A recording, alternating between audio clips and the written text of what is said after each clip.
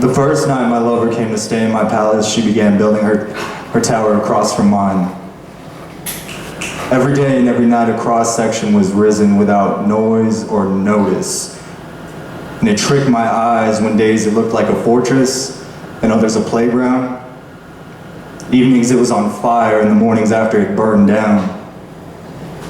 I'd pilfer artifacts from smolder to safekeep in case she ever wanted a reason to come ask me about my floor plans. She'd catch me discreet but conspicuous and red-handed.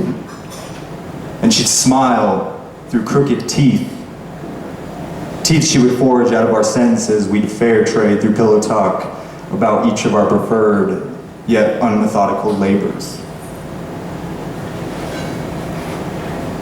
I'd argue that every structure needs honesty to hold, and she'd repine in an effort to convince me she couldn't handle tough love. But what we both really needed was a bridge, so we devised one that was more like a tightrope, so we were on tiptoes, and from there we drop a weighted ball, and one time it crashed into a section of my house that I didn't know was there.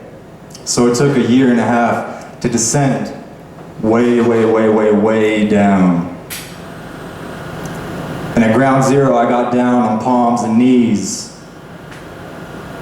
to see my catacombs being held up by sketchy scaffolds. I wasn't usually nervous up until then, up until right now. And when I realized I wasn't impervious to more degrees of error than I initially took into account, this was laziness. Laziness that I was admittedly known for. Because I realized I allowed her to build without a permit, and because consequently regulations and safety precautions weren't up to standards.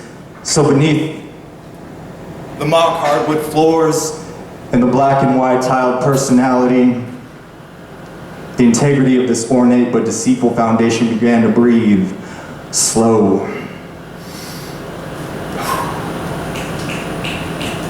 Until its lungs closed but cannot reopen, and I pressed upward onto its mouth as if its tongue, hoping its concave and hollows would remain fixed.